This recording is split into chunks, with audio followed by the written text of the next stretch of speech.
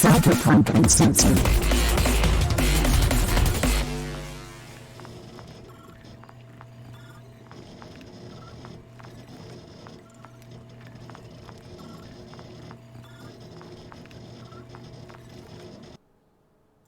Hey, what's up everybody?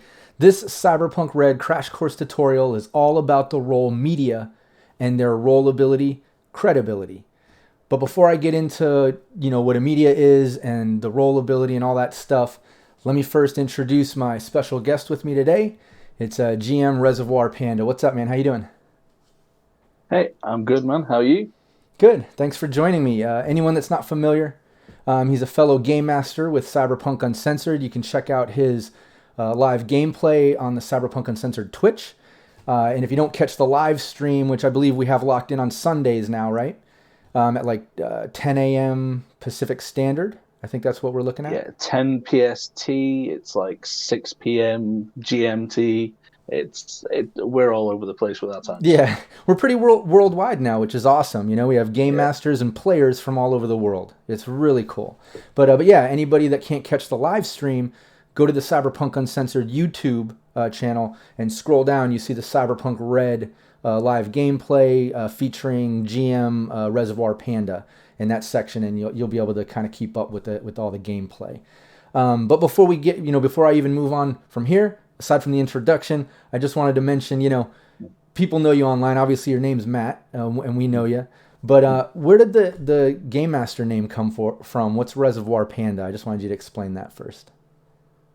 That's that was literally sitting there for maybe 20 minutes and trying to work out a few different handles because I was looking at getting into starting streaming, and I made myself a short list of some names that I thought I can live with that. And, we all have that email address from when we were 13 years old or something that we still have, and Yeah. then have to, every 6 months give it as a security detail on some phone call to a call center, and our faces go red when we go, oh shit, I've got to say that. Um, so yeah, I thought it's a name I can live with, and it was essentially going down the list until I found a handle that was available on Twitch, Twitter, Facebook, everywhere else. So that was the one that won out. I've still not got a graphic for it though. In my head it's like a panda it's a reservoir panda. It's like reservoir dogs, so it's a panda in a three-piece suit with a maybe a silenced pistol. Got to draw that up at some point. Yeah, maybe some threading. Give it the cyberpunk vibe, or maybe like a cyber eye. Yeah, That'd be cool. It's so funny because I actually thought of Reservoir Dogs with your name, and I was actually going to tease like, is Reservoir Panda some like fan made script you wrote for a prequel or sequel to Reservoir Dogs? But no, it totally is influenced by that. That's awesome. yeah, that's That's cool. that's the exact thing. All right, well, let's dive into the media role and the rollability credibility. Before we get into the rollability, let me just explain to people what a media is. They're basically reporters, media stars, and social influencers risking it all for the truth or glory. So that's what they are. They're basically, influencers, reporters. They're the people, on the grind when it comes to finding rumors and publishing stories and all that good stuff. There's all different kinds of media, which is really cool. They mention how it could be a social influencer and such. It doesn't necessarily have to be like a news anchor or an actual like, News 54 reporter. You can think of different versions of them. And let me add, I'm putting out these role breakdown videos to go over the rollability. This is the last of that series. This is the last role that needed to be put out. After that, I'm doing a completely new series about each role. And it's going to be a bit more creative, and that's where we'll get into different types and all kinds of other fun stuff. But for these, this is all about the crash course. So it's all about the mechanics and how it works. So let's get right into it. Let's show off here how credibility works. And Reservoir Panda, if you want to take the mic and just let's go down it and let's explain everything. Okay, cool. Credibility. Now, the media is one of those roles that some people may overlook because maybe they don't have an ability that affects things immediately in the game at the time. They're not patching things up, patching people up. They're not getting bonuses to blow the shit out of things. But credibility is one of, in my opinion, possibly the most powerful role ability there is, because you get to take rumors that you gather through various means, and that can be almost any skill that is on that character sheet can be a way that you can gather rumors, gather information to build a story. If you can convince your GM to let you fucking rap battle or have a dance off with somebody in order to win some information, go for it. That can be a way to get a story. But all it comes down to is that in order to get those initial rumors to start building your story, you want to make it's just like any other skill roll. So you take your stat, your skill, you explain what you're doing, and then you roll against the chart. Yep. And there are DVs on that. So it ranges anywhere from 13 for just getting a vague sort of a hint of this company's been having some, bad press lately. Maybe it's something to look into, or this guy hasn't been seen around for a while. Maybe you want to check that out. Right up to like DV21, you're talking detailed information, not necessarily verified yet. That's something that you always have to. Think of it like a plot hook or a story thread. You've got the beginnings of something there, checking it out, making sure it's completely accurate, or getting to the truth of the matter, or whatever you want to present as the truth of that matter, because that's part of the role as well, is putting your spin on it. That is down to you, and you can create some really good game with that, because how you go about that is it's a big player-led part, and it's one of the things that makes the game really involved for me. Oh, yeah. It's not just about roll on the chart and you get something. You decide what you do with that information, and then you use it to great effect. Yeah, it can be a lot of fun. And before you move on, though, because I know there's also the passive method and stuff, but I wanted to back up when you talk about it being, a very powerful role. Just to back you up on that, I did a interview with James Hutt from our Talsorian Games, who is the mayor of Balancetown. He's like the rule creator. He's the one that did all the testing to make sure things are balanced and fair, and helped create all that. I did an interview with him in a little session prior to Red coming out, and he did like a little leak talk about the media role, and he said that same exact thing. He was like, "Man, media is one of my favorite roles because it's not about winning the battle. It's about winning the war." And it's like a big, powerful sort of role if you play it right. Because you're each session, each little mission, you might not be like doing the gunfight, doing this or that, but you're picking up rumors, you're getting evidence to kind of build up this story that maybe afterwards combines and becomes this overlaying umbrella above multiple sessions and things that can take down a whole corporation or a gang or pit people against each other. I mean, it's powerful. And I just wanted to reiterate that because you're 100% right about that. But yeah, go on because it's not just actively looking for rumors, like you said, which can be anything from library search, conversation, interrogation. So you take your associated stat plus that skill plus the 1d10, but and those DVs. But there's also that passive way. So like if a media is not actively looking for it, they can still kind of get down with that. But go on, keep explaining. Yeah, exactly as you were saying. So it's a good way for the GM to also feed into the story, because the recommended is sort of at least maybe once or twice an in-game week that the GM makes a roll. If you really wanted to, if you've gone like 4 weeks and all the rolls have come up negative, you can just throw it in there anyway, as with any roll. Yeah. But the GM makes a blind roll and then feeds you a bit of information. And that might be possibly the more interesting way of getting these rumors as well, because you don't know, like, as the character, you don't know what the GM has pulled. You don't know whether he's giving you something that's relatively vague and just connected to something, or if actually this is a really detailed rumor, and if you follow this little thread that they've given you, it will take you straight to the heart of something that you need to start digging at and then decide what you're going to do with this information, because you can't keep it to yourself. That would be against your whole creed.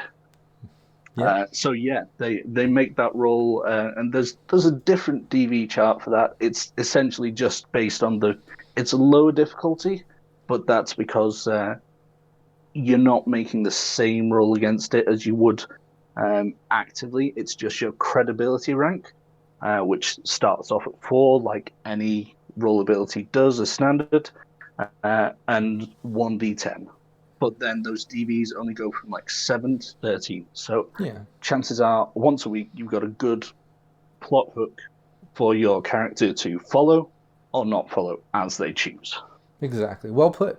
And then I think the next thing to go over there is the fact that the credibility roll ability. It's funny to have the illity. Yeah, the roll ability credibility is it's all about being able to source information, being able to publish that info, what size audience you can reach and convince them of that stuff, and that all is influenced by your rank. Just like all roles and roll abilities typically in Red, the higher rank that you get, the bigger audience you reach, the better sources that you have to get rumors and information from and all that stuff. But why don't you explain that? There's basically the 4 different types of things there. Yeah, precisely. So when your media starts out, they have a level. They're established, so they know a few people. They have a few people that sort of actively follow their stories, whatever media they may be published in, whether it's video logs, whether it's screen sheets, whatever it is.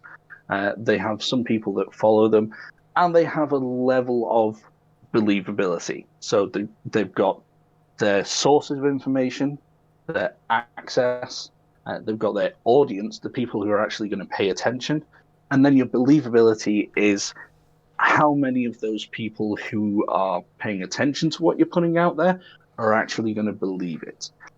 Now, that can be supported in various ways, and that's where those rumors come in. They don't just give you that story to follow, but how many of these pieces of evidence you put together and can make into a coherent form, whatever that is, whether it's a written piece, whether it's a pirate video, J-Bone in Johnny Mnemonic style, just a pirate broadcast going out, whatever it is, as long as that information is in there, it's verifiable to some degree, and then it's easily understandable by the audience you're going for. That then supports your story and makes it more likely you can have a bigger impact. So there's thresholds for it. If you have at least one solid piece of evidence, that increases your chance of your story being believed by any individual or group. So that increases your chances by 10% because it's a straight D10 roll. If you get up to 5 pieces, you get a further +2 to that. So you're starting out media, rank 4, you have a 30% chance of just publishing a story and it's believed. If you get to 5 pieces, you doubled your chances because that +1 and that +2 stack. So it's a +3 overall. So you've got a 6 out of 10 chance that any person is going to believe what you're putting out there. That's really powerful. Oh, yeah. Like, think about how many news sources there are today. And can you honestly say that if you turn on any news channel, you will find one that 60% of people are going to watch and go, right. I agree with that. I believe what they're saying. Oh, God. Yeah. So that is really, really useful. And also the little bit on the end of that is that if you put a story out there and it's not well received, you roll badly. If you have more evidence, you can go back and publish a follow-up. You need that extra piece of evidence to sort of have in your back pocket and go, okay, this is what we said. It wasn't completely convincing. So this also can be verified. This goes along with it and proves our narrative. So I know the media that I've got playing in Teddy Burns' campaign, um, he's as a standard, unless shit hits the fan and he has to do elsewise, he won't put a big story out there until he's got like 7 pieces of evidence. That's his 5 to get the maximum bonus, and then 2 more in his back pocket for republishing, because you don't want to put a story out Yeah. there which is targeting someone really powerful, and then nobody buys it, and suddenly you're all alone. You're like tagged as a bit untrustworthy, and now you've made an enemy. Yeah. So he likes to have a couple in his back pocket for follow-up That's pieces. smart. That's smart. He's a lot smarter than he appears, which is not hard because he appears thick as, well, thick as a very thick thing. So that is how you get your believability there. And obviously, it should go without saying, but I'm glad they put it in there explicitly, because otherwise I would be having to tell players this. You can't use your luck on a believability check. Something that powerful, if you've already, built yourself up to like a 7 out of 10 chance that the entire city is going to believe your story, you can't go, well, I'm going to throw 3 points of luck at that as well, and just make it 100% chance. We're all good. That would be a bit out there. So they specified that. No, and that's great, because it proves and pushes, like you said, the narrative that, you got to role play this out. It's not just a roll ability that you roll and boom, you get what you need and it comes out. Like you have to source evidence and things. And similar to like other roles, that's what I love about Red. Like for instance, like the tech, they can't just invent or fabricate something like it's the time of Red. They've got to source the things, the materials that they need, and they can be a lot of fun for a game master to expand. And I feel like with media, it's a lot like that too. You're not just, like you said, rolling and getting it. It's like, man, you have to build up your story. You have to give it credibility. You have to have your pieces of evidence. And I love what you do, having the extra evidence just to make sure, because like you said, if you fail on it, you don't want to be out in the open now with a big enemy and you failed to convince everyone and take them down and shit, and now you're out there with an enemy. It's important. But yeah, go on. We've got impact. Oh yeah. Yeah, big target on the chest time. Yeah. So yeah, in impact, this is why your media can be such a big force, but also a big target, is because that impact, which changes with your credibility level, is really serious. That's how much change you can bring about, either directly or just through sort of subtle influence, a change in mood, by one of your stories being believed. So you're looking at anything from sort of, right at the bottom level, it's maybe you can get a sort of minor crime figure, or a local, neighborhood group or something might decide to change something, or you might possibly get someone locked up. And then you go all the way up to like national level consequences. You're talking world leaders, corporation heads. This is major game changing stuff. Yeah, so that's it. Yeah, I was gonna say, I'm gonna bring up that chart, where it shows rank 1 and 2, 3 and 4, 5 and 6, 7 and 8, 9 and 10 on their own. If you want to just briefly go over each one of those, I mean, we don't have to read everything word for word. Everyone out there, you should have the Cyberpunk Red rulebook. You should be able to look at it, get all the details. Like I said, these crash course videos are to, teach you how the mechanics work. But I'm not going to read the fucking book to you word for word. That's not why we're here. That's not why we're doing this stuff. But yeah, go for it. At least let's explain some of these things.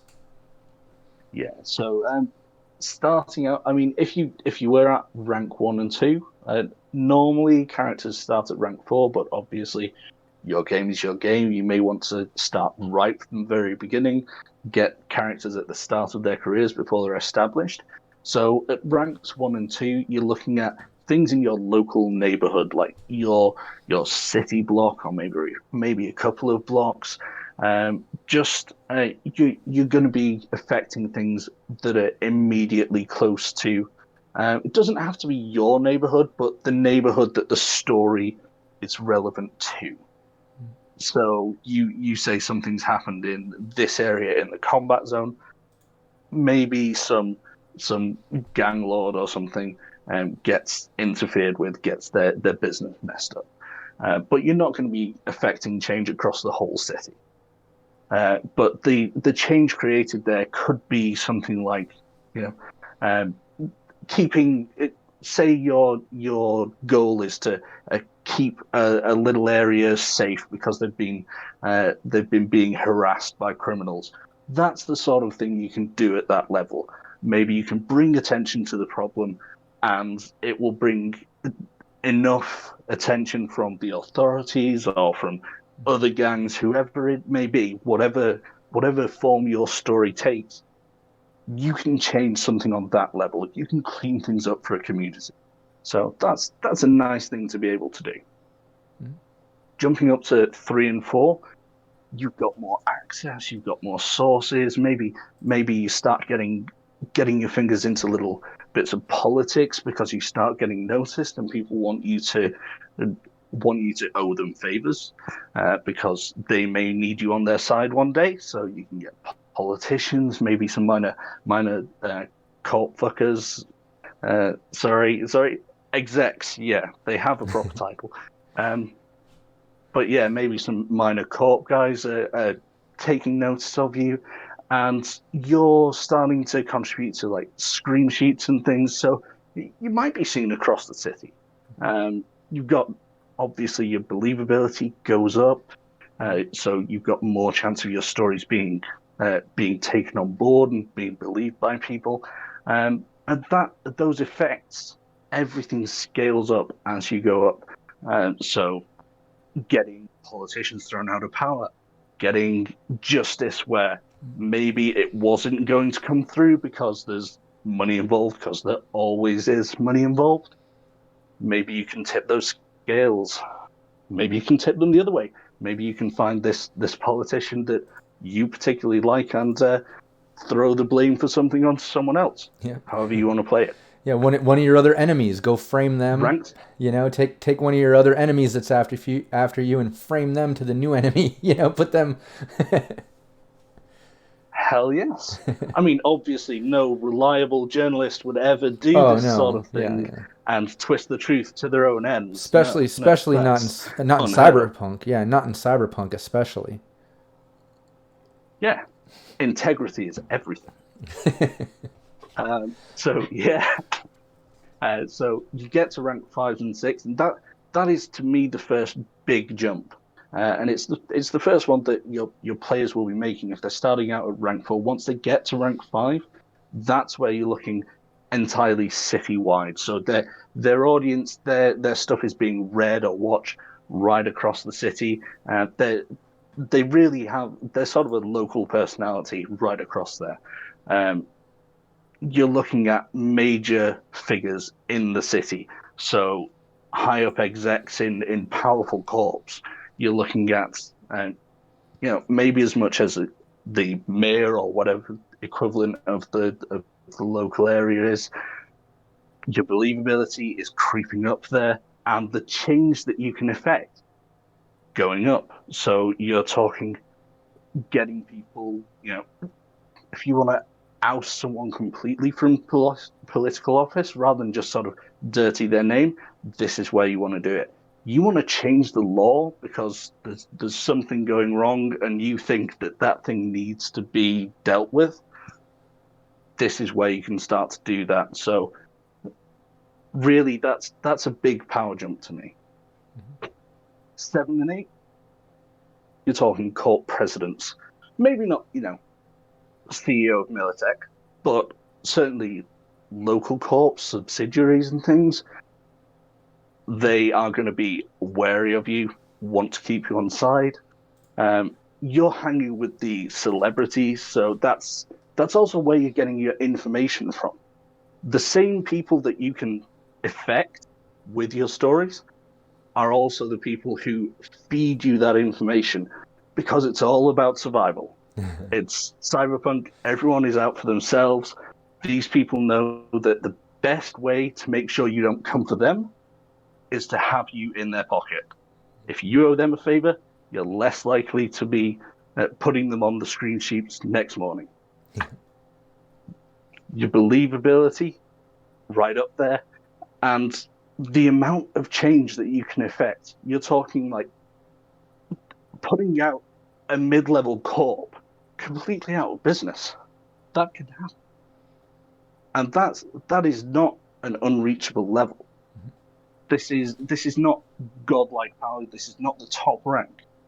And already you're talking entire companies falling at your heavily researched and not at all biased word.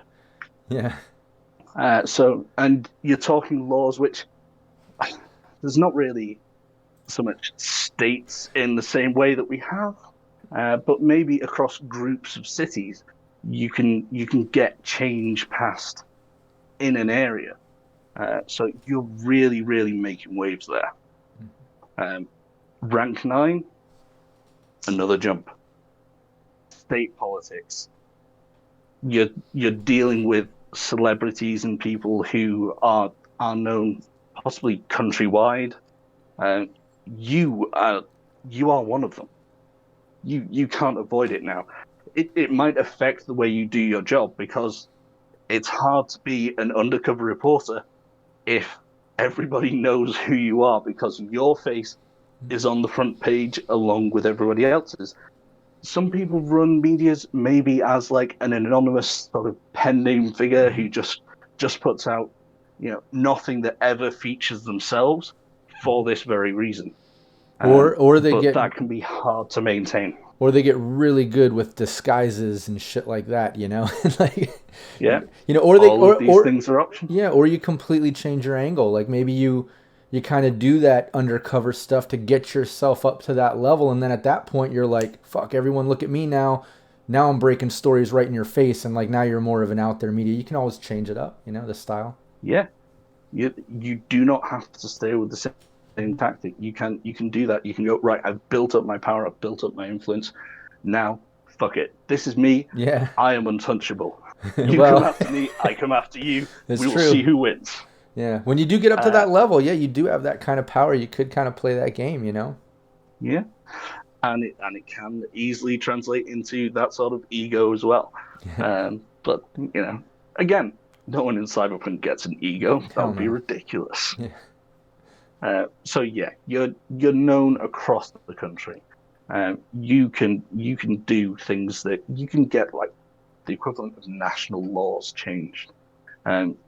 Large corporations, total local governments fear you because of your approval or disapproval, and what you have to say about them seriously matters.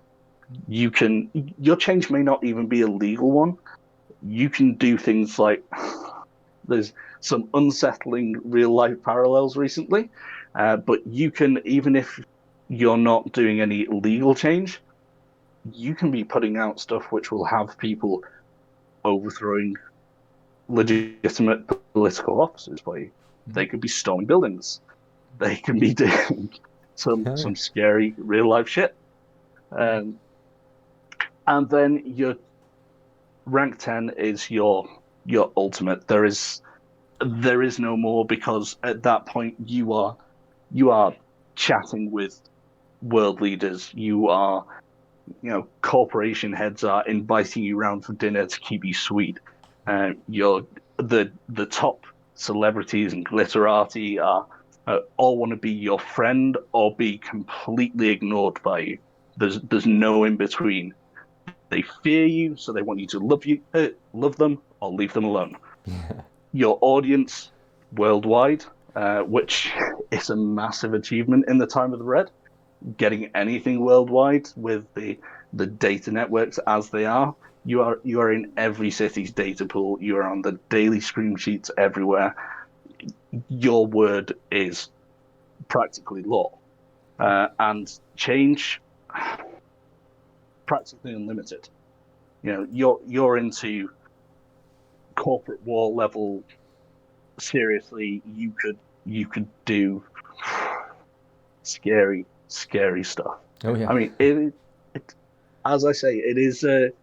I feel almost lucky that I've got two campaigns at the minute, and none of my players have gone for a media, which I would never rule out for someone, but I would always want an idea of where they want to go with the role first, because that would affect how I set up the campaign. Mhm. Because I don't want. I feel like a media is a role that could just change a campaign completely. Oh, Give big them time. a few play sessions, they put the work in. I'm never going to deny someone, if someone puts Right. the work in and it's legitimate, Mm. I'm never going to deny them changing just because I was like, well, I didn't want my game to go that way. They've done it. It's there. I have to live with it. Oh yeah. So yeah, I'm kind of lucky that I don't have to deal with that. I just get to mess with Teddy's game instead. Yeah, yeah. No, I think it's a lot of fun though. I had a media in previous games that I was doing prior to Red. I had the advanced copy of Red, but we were doing kind of a hybrid, and it was before we got the full role breakdown version of the Mm. advanced Red rules or whatever, because we were sponsored by our Talsorian Games. Still are. The Cyberpunk Uncensored brand is still sponsored by our Talsorian. Love the company, obviously. Love Cyberpunk, but yeah, when we had that, luckily it wasn't fully explain the way it is now because he never got a chance to really manipulate it and do it like that, change up the game like that. But in all honesty, like I kind of would enjoy that, like because one of the things I really love about being a game master and especially now being more experienced is dealing with those curveballs and trying to catch them and just seeing where stories can go because of what the players do. It's like I find myself loosely planning campaigns because I enjoy player agency and just seeing what the hell happens and trying to never say no, maybe putting some twists on it and such. But I don't know. I enjoy that sort of shit. But you are right. Media, I mean, that's so powerful. It could get kind of crazy, if they, like you said, if they really put the time and the work and effort and thought and creativity into it, that player in that role can really fucking dominate, like they can really do some serious cool shit. Um, Oh yeah, and I'm the same way. I love my games to be player led. Hell yeah. They don't. I I tend to not even have really a true story arc in mind. I set up a situation. I go, this is the city.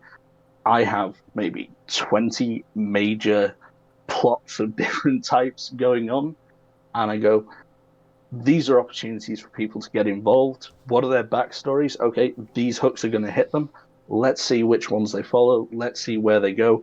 And there are so many different things which to them can be the sort of climax, the end to an arc for a season or however we're going to play it. Um, but there are other things going on in the background that they do not interact with at all. And I Right. don't feel I've lost out at all because hey, I'll save that plot for another game. Exactly, exactly. No, I love that. And yeah, and just to reiterate to anybody watching, make sure you check out Cyberpunk Uncensored on Twitch and on YouTube so you can catch the live gameplay and the archived gameplay from both myself and GM Reservoir Panda and other GMs under the Cyberpunk Uncensored brand. So let me wrap this up. If this video was helpful to you, make sure you give it a like, give it a share, subscribe to the Twitch and YouTube like I was saying so you don't miss any of the live gameplay. Plus, I'm putting out all these crash course tutorials. I'm getting ready to start new series. I still got the GM Tips series, the GM Roundtable, interviews. Don't miss any of that shit. Check it out, subscribe. I've also opened up the Patreon and the memberships on YouTube. So you can check that out and get exclusive content, early access content, be part of some of the decision making behind the scenes. And I've got some other stuff planned for that coming up in the next weeks. So check it all out. But thanks again for joining me, man. I know it's super late where you are over there overseas, so I really appreciate you joining me. Uh, Always happy to be here, man.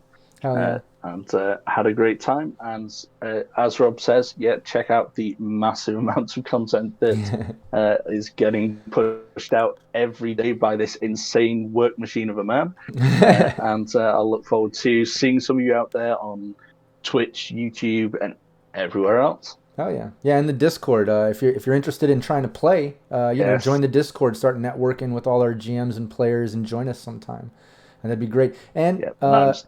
yeah, definitely want to have you back. Like I said, when I get into this new series about the roles, maybe we'll have you back and we'll do a deeper dive into media and go on some of these tangent conversations. I think it's really cool information for any player or GM out there that's really interested in particular roles. So as I get that going, I'll hit you back up and we'll do this again. In that way. But yeah, thanks so much Love again. to. Looking forward to it. Hell yeah, yeah. Thanks so much again, and everybody tuning in. Thanks so much for joining us, and take care. Bye bye.